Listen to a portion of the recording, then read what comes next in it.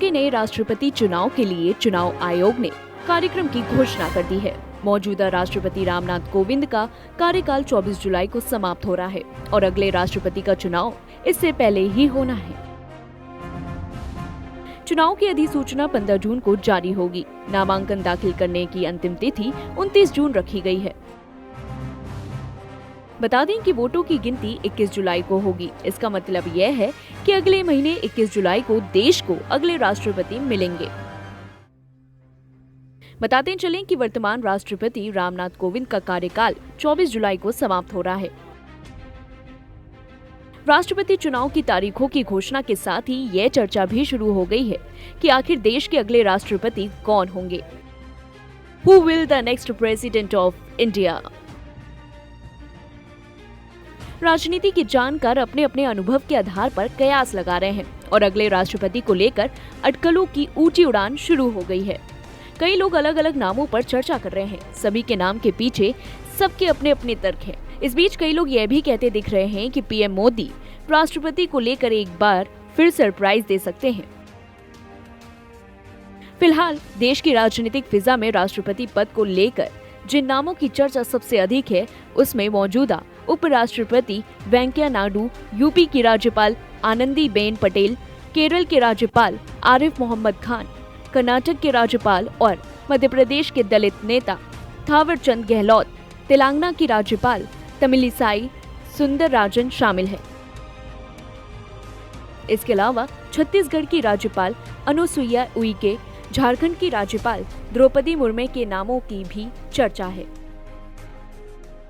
सियासत के जानकर इन सभी नामों के पीछे अपना अपना तर्क दे रहे हैं। वहीं कुछ लोगों का कहना है कि दक्षिण भारत में भाजपा की पकड़ को मजबूत करने के लिए इस बार राष्ट्रपति का पद दक्षिण भारतीयों के पास जा सकता है।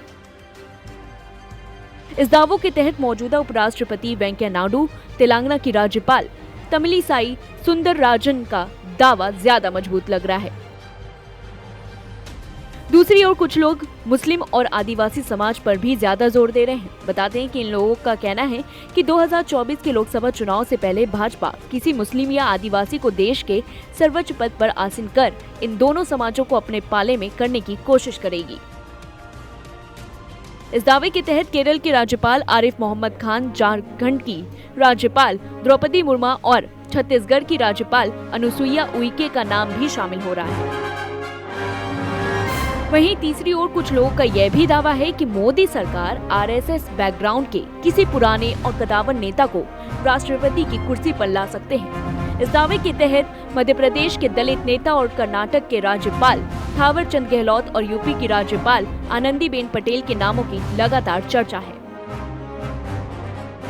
दोनों भाजपा में लंबे समय से हैं और वहीं पीएम मोदी के साथ साथ आरएसएस से भी इनकी निकटता है। कुछ लोग बिहार के मुख्यमंत्री नीतीश कुमार का भी नाम चर्चा में ला रहे हैं। हालांकि नीतीश कुमार ने बीते दिनों ऐसी किसी संभावना से इंकार किया था, मगर जानकारों का कहना है कि नीतीश को राष्ट्रपति पद का उम्मीदवार बनाने की कोशिश एंटी बीजेपी वाले विपक्षी दल भी कर रहे हैं। इस कोशिश में पश्चिम बंगाल की मुख्यमंत्री ममता बनर्जी और तेलंगाना के मुख्यमंत्री केसीआर लगातार और भाजपाई नेताओं से मिल रहे हैं। हालांकि कई लोगों का यह भी मानना है कि पीएम मोदी फिर से किसी ऐसे नेता को राष्ट्रपति पद पर लाएंगे जिनके नाम की चर्चा दूर दूर तक नहीं हो। पिछली बार भी मोदी ने ऐसा ही किया था। आमतौर पर सभी उच्च पदों पर नियुक्ति के समय पीएम मोदी का रुख कुछ ऐसा ही होता है। बात चुनावी रणनीति और वोटों की करें तो भाजपा के पास राष्ट्रपति पद पर जीत हासिल करने के लिए पर्याप्त संख्या बल है। पर आपको क्या लगता है, आखिर कौन बनेगा अगला राष्ट्रपति? कमेंट बॉक्स पर हमें जरूर बताएं। Bureau report, prime news.